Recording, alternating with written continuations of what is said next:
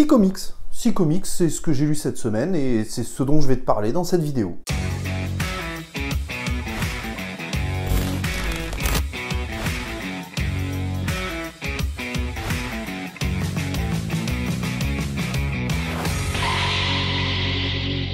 Et salut tout le monde, j'espère que vous allez bien, bienvenue dans cette nouvelle vidéo dans laquelle aujourd'hui je vais vous parler de mes 6 dernières lectures, des lectures qui m'ont fait kiffer en réalité, même s'il y en a une ou deux qui sont moins bonnes, mais dans l'ensemble on est sur une très belle semaine de lecture, et je vous propose tout de suite de commencer avec le premier récit qui n'est autre que Cloved au label 619, écrit et dessiné par Florent Maudoux, un récit qui est un spin-off de l'univers de Freak Squill, c'est marqué juste ici, Freak Squill qui est composé de beaucoup de tomes et que l'on peut retrouver notamment chez Ankama, il me semble, oui c'est ça, et en réalité, quand j'ai lu ce tome-là, je ne savais absolument pas que c'était un spin-off de l'univers.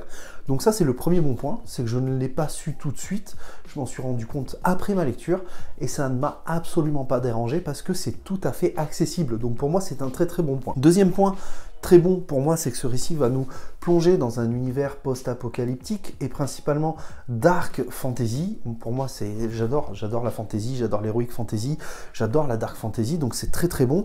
Un univers dans lequel il y a des elfes, il y a des maraudeurs, il y a des centaures, et on va suivre l'histoire de ce personnage qui cherche un ou une élue qui sauvera l'humanité. Et du coup, ce personnage va nous emmener dans sa quête et va croiser d'autres personnages, et on va en apprendre un petit peu plus sur cette civilisation qui s'est arrêtée suite à l'apparition de ce brouillard qui a plongé la planète un peu dans les ténèbres et qui a stoppé toute cette civilisation thermo-industrielle de ce qu'on appelle les super-héros. Alors, on parle beaucoup des super-héros dans ce récit, on fait référence beaucoup aux écrans de télévision et au cinéma, je sais plus comment on les appelle, mais j'aime beaucoup le nom qu'on leur donne, en tout cas c'est très très sympa.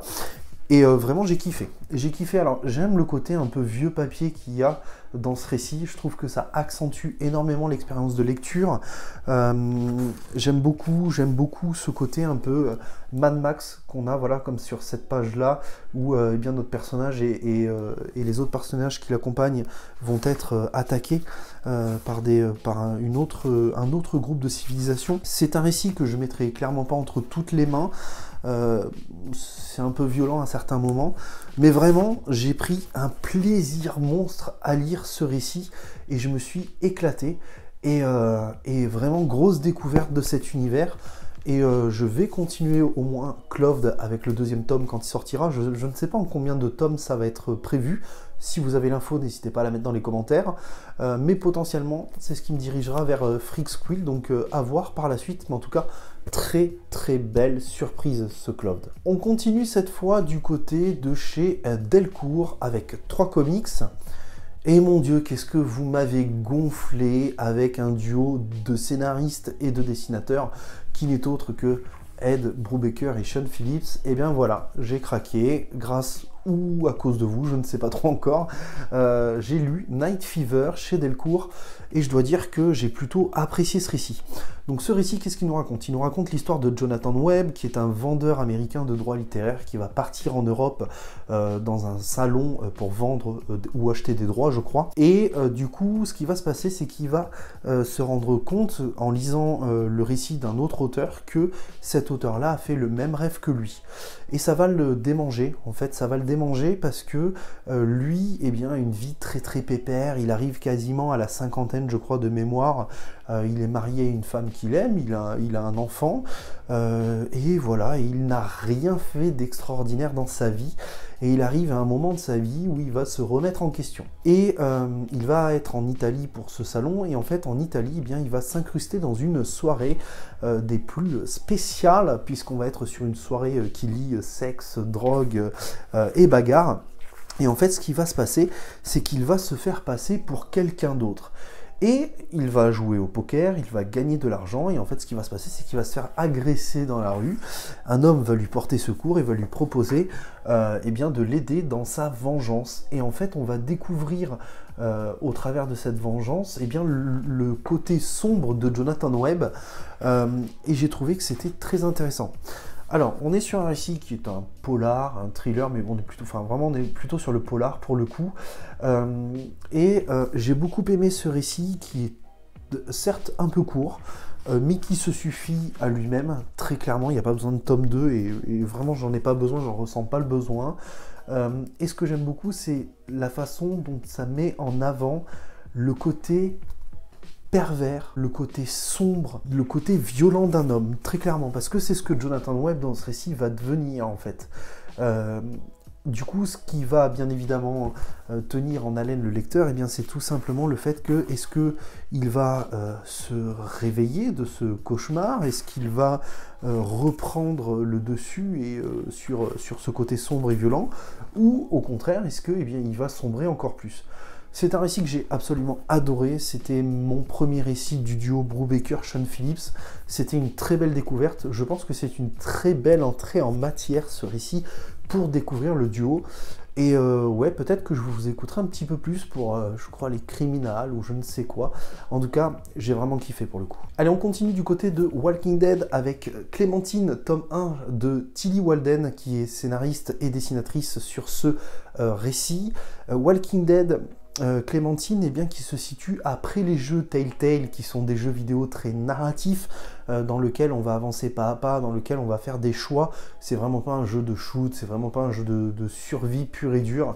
On est vraiment sur du narratif, c'est ce que fait de mieux, c'est ce que faisait de mieux Telltale à l'époque, et c'est un jeu que j'avais adoré, j'avais fait les 2 premiers.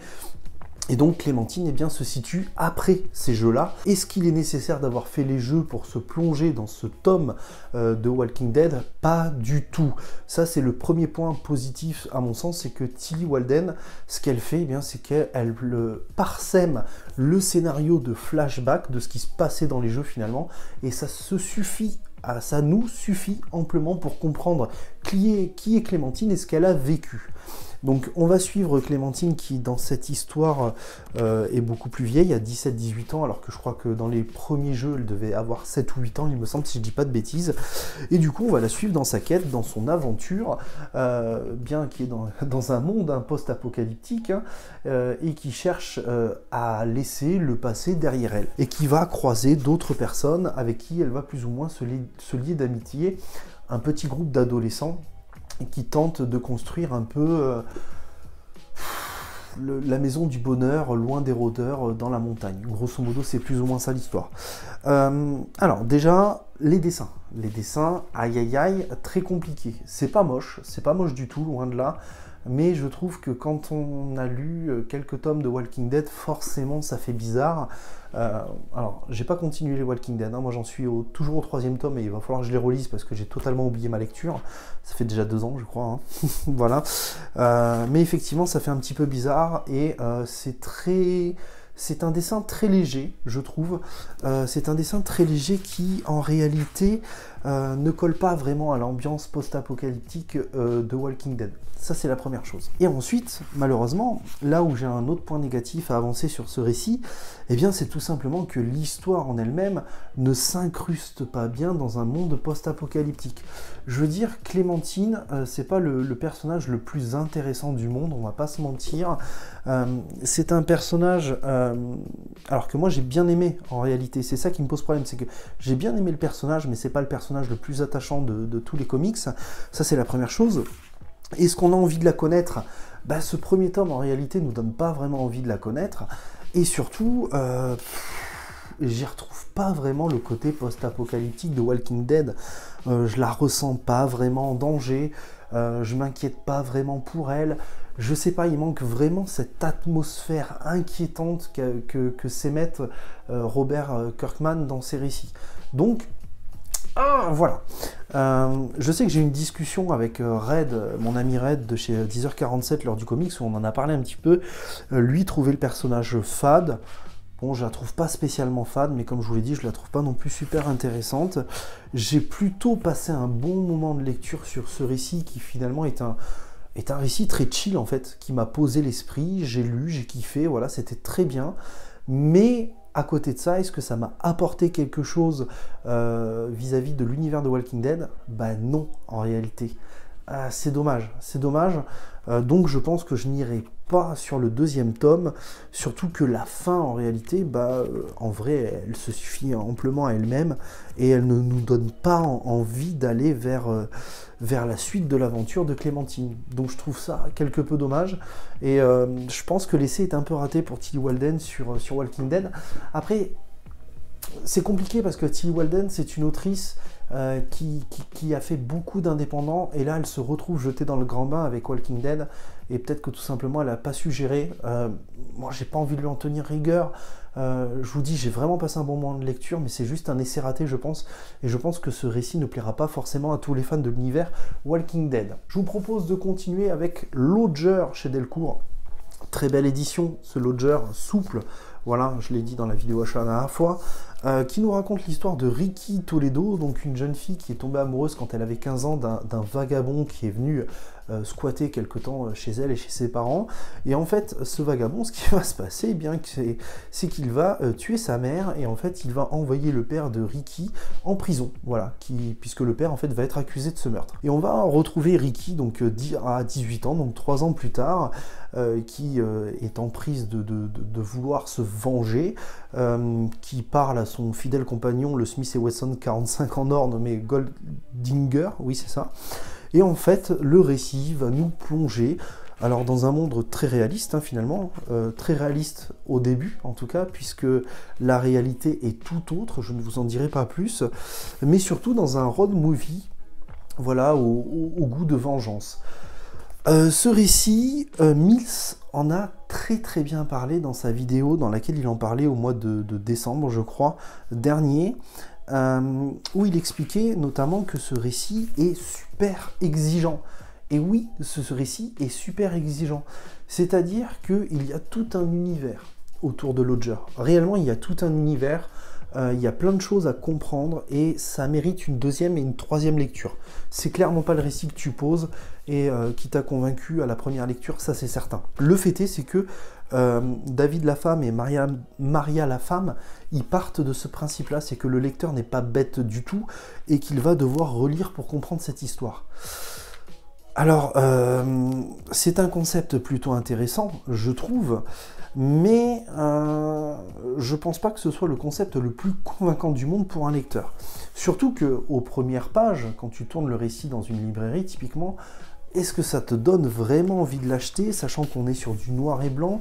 Mills le dit très bien dans sa vidéo, et moi je vais le redire aussi, c'est que je suis d'accord avec Mills, c'est-à-dire que pour moi le noir et blanc c'est le manga, et la couleur pour le comics, voilà, et c'est tout ce que je demande. Et du coup, en plus on est sur des dessins un peu strip, et ce type de dessin-là, et ce type de récit-là, donne une association assez étrange, qui fait qu'on est, à mon avis, sur un récit pour un public de niche, dans la niche, en fait, voilà, Médor, couché. Non, je rigole. Mais du coup, voilà. Donc encore une fois, j'ai pas passé un mauvais moment. Très clairement, vous dire que j'ai compris tout ce que j'ai lu, c'est faux. Voilà, il y a des choses que je n'ai pas compris. Je suis passé au travers de certaines choses qui mériteraient une seconde lecture, mais malheureusement que je n'ai pas le temps à accorder à ce récit-là, parce que j'ai d'autres lectures qui m'intéressent plus et pour lesquelles j'ai envie d'avancer. Je trouve que l'histoire de base est plutôt intéressante, très classico-classique finalement, une histoire de vengeance. On est sur un road movie qui va nous emmener sur la traversée des États-Unis. Moi j'adore cette ambiance-là, très Bonnie and Clyde un peu d'une certaine manière. Et en fait... j'ai pas passé un mauvais moment, mais je trouve que le récit est un peu trop exigeant, et c'est dommage parce que ça perd un petit peu le lecteur. C'est déjanté, il n'y a pas d'humour, attention, hein, on est sur un récit très noir, très sombre. Encore une fois, on nous parle d'amour perdu, on nous parle de vengeance, on nous parle de meurtre, et on a un côté très fantastique dans ce récit. Et je ne peux pas vous en dire plus parce que finalement c'est très court, hein. Il y a quoi, il y a une centaine de pages, ouais, 110 pages, donc je vous spoilerai très vite. Donc Lodger, pas totalement convaincu, mais pas déçu non plus. En réalité, je suis sur un sentiment très mitigé. Avant-dernière lecture, cette fois du côté de chez Black River avec Ragnarok tome 2. Alors, je vous avais parlé du premier tome de Walter Simonson. J'avais plutôt bien aimé ce récit, voilà, qui nous raconte l'histoire d'un Thor qui est revenu d'entre les morts, où tous les dieux justement sont morts du coup, et qui va mener une mission pour sauver un enfant. Grosso modo, c'est un peu l'histoire. Très honnêtement, j'ai bien aimé ce deuxième tome. Je pense que c'est la fin du récit, hein. Je ne pense pas qu'il y ait un troisième tome, mais très clairement, c'était très sympa. J'ai passé un bon moment. Alors les dessins sont pas moches du tout. Maintenant, j'aurais peut-être aimé pour ce genre de récit très dark fantasy. Encore une fois, je crois que c'est vraiment la thématique de la vidéo, la fantasy, le fantastique, le dark fantastique, très fantastique, très dark fantasy. J'aurais aimé des dessins peut-être un peu plus précis, des traits plus jolis. Très clairement, sur ce genre de récit, un Olivier Coipel, typiquement, ça fait largement le café, tu vois. Un Gary Frank, pareil. Et j'aurais adoré avoir ce genre de dessinateur sur ce récit-là. Au niveau du scénario, ça change pas. C'est très rythmé, c'est très dynamique. Mon avis vis-à-vis du tome 1 et du tome 2 n'a pas réellement changé, hein. On est sur la même... on trace sa route, voilà, on trace sa route, on fait du tout droit, ça fonctionne, je trouve c'est très très bien, je trouve que c'est une très bonne porte d'entrée à toutes les personnes qui souhaiteraient lire du comics autour de la mythologie nordique et de Thor. Alors bien évidemment, c'est pas le Thor de Marvel, hein, bien évidemment, mais on a beaucoup de choses qui sont imprégnées de légendes dans ce récit, qui sont prises des légendes de la mythologie nordique, telles que Ratatosk, l'écureuil par exemple, on a les géants de glace, on nous parle de Jotunheim, enfin vraiment on nous parle de plein de choses, et quand vous êtes fan de mythologie, vous ne pouvez que vous y retrouver. Il y a du combat, il y a de l'action, il y a de la magie, il y a des elfes, il y a des morts, bref, vous allez passer vraiment un bon moment, je pense, sur ces deux tomes de Ragnarok. En tout cas, moi, ça a été le cas, donc je ne peux que vous le conseiller. Et j'ai envie de finir cette fois avec Urban Comics et Swamp Things Green Hell, scénarisé par Jeff Lemire et dessiné par Doug Mock, je ne sais pas comment on dit. En tout cas, Jeff Lemire au scénario, ça fait très envie. La couverture fait très envie.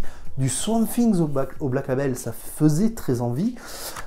Et très honnêtement, je sais que vous avez été nombreux à ne pas aimer ce récit, voire à le détester. Eh bien, pas moi. Pas moi. J'ai beaucoup aimé ce récit en réalité. Alors, pourquoi j'ai aimé ce récit? Pourquoi qu'est-ce qui m'a plu? Bon, très sincèrement, déjà, on est sur une histoire qui se suffit elle-même sur Swamp Things. Ça fait plaisir. Ça peut donner notamment aux néophytes de l'intérêt, sachant que, comme je vous dis, vraiment, la couverture fait envie et les dessins font envie. Maintenant, si on continue sur les dessins, du coup, puisque j'ai commencé à en parler et que cette vidéo n'est pas du tout écrite et que je suis totalement en freestyle, je vous avoue que pour le coup, je suis assez étonné parce que je trouve que les dessins sont parfois assez inégaux. Avoir ce genre de planche, typiquement, qui est magnifique, et un peu plus loin, j'ai vu d'autres planches où c'était pas très beau en réalité, donc j'étais un peu tombé des nues. Alors c'est pas non plus moche, hein, loin de là, hein, mais c'est juste qu'il y a des pages où je trouve que c'est un peu en dessous de certaines autres planches et certaines autres pages. Ce récit, il nous plonge encore une fois dans un monde post-apo, bah ouais, dans lequel l'humanité a déconné grave, l'eau est en train de monter, et en fait on va suivre l'histoire de ce père et de sa fille qu'on voit dans les premières pages là, qui ont beaucoup de mal à trouver à manger. C'est un peuple qui se fait...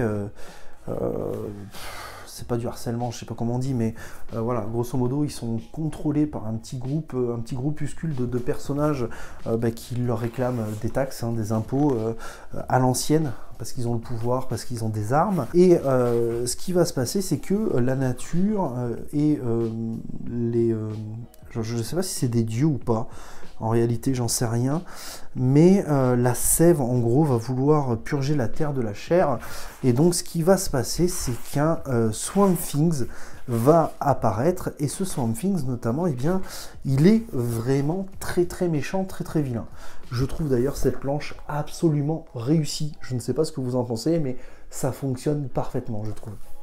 Et du coup, ce qui va se passer, c'est que eh bien, une certaine personne, dont je ne vous spoilerai pas parce qu'il faut garder un petit peu la surprise, va appeler Swamp Things afin qu'ils viennent aider les êtres humains. Voilà, grosso modo, c'est l'histoire. Et moi, je trouve que ça fonctionne, je trouve que ça marche. On est sur un récit post-apocalyptique avec un peu d'horrifique en fait à l'intérieur, puisque là, clairement, la planche, si ça fait pas penser à de l'horrifique, je ne sais pas à quoi ça vous fait penser. Ça fonctionne, c'est violent, on voit des tripes, on voit du sang, et en même temps, on voit du Swamp Things. Il n'y a pas besoin de connaître la mythologie du personnage du tout. Vraiment, on sent que Swamp Things est un espèce de anti-héros méconnu parce que les gens en ont peur. Ah voilà, je retrouve les dessins qui sont un peu plus moches d'une certaine manière. Voilà, c'est ça dont je vous parlais tout à l'heure. Je trouve la qualité des dessins différente. Alors est-ce que c'est parce que c'est un flashback? Je n'en sais rien, mais toujours est-il que non, même pas. Même pas, parce que les pages d'après, c'est vraiment pas très joli. Donc je ne comprends pas cette baisse de qualité entre deux chapitres. Je n'en sais rien, surtout que c'est le même dessinateur. Et donc, vraiment, on est sur un Swamp Things qui est un anti-héros, qui est méconnu, et par le lecteur forcément, parce que Swamp Things, c'est pas le personnage le plus, voilà, le plus connu, et d'autre part par les personnages qui sont dans ces pages. Et franchement, j'ai passé un bon moment. Alors, certes, c'est pas le livre de l'année, hein, qu'on se le dise très clairement, mais j'ai passé un bon moment. Il y a de belles planches, il y a une histoire qui, je trouve, tient la route, en réalité. Peut-être un petit peu courte, encore une fois, comme certains récits précédents, mais il n'y avait pas besoin de beaucoup plus en réalité. Donc je ne comprends pas ce qui ne vous a pas plu, et je serais très intéressé d'avoir vos avis dans les commentaires, parce que ça m'intéresse et que j'ai très envie d'en discuter avec vous. Voilà, je pense qu'on a tout dit autour de ce comics, mais sachez que vraiment, j'insiste, moi j'ai passé un bon moment, et je pense que ça vaut le coup d'œil. Et en plus, je crois qu'il n'est pas si cher que ça. On est sur du 17 €. Et on a un format relativement large. Hein, pour du comics, je crois qu'on est, oui, on est sur un format beaucoup plus large. Donc on profite des planches en largeur. Et c'est très sympa. Voilà, vidéo terminée. J'espère que vous aurez kiffé cette vidéo. Bien évidemment, n'hésitez pas à la liker, à la partager, à vous abonner, à commenter et à activer la cloche. Ça aide énormément la chaîne. Ça m'aide, ça me donne de la visibilité, ça me donne de la crédibilité aussi. Et bien sûr, ça me fait extrêmement plaisir d'avoir du soutien de votre part et d'avoir des retours, de pouvoir en discuter avec vous. Et surtout, merci à vous d'être si nombreux et de me suivre chaque semaine dans cette aventure qui est YouTube. Je vous dis à très vite pour une prochaine vidéo. N'oubliez pas, de grands comics impliquent de grandes lectures. Ciao tout le monde.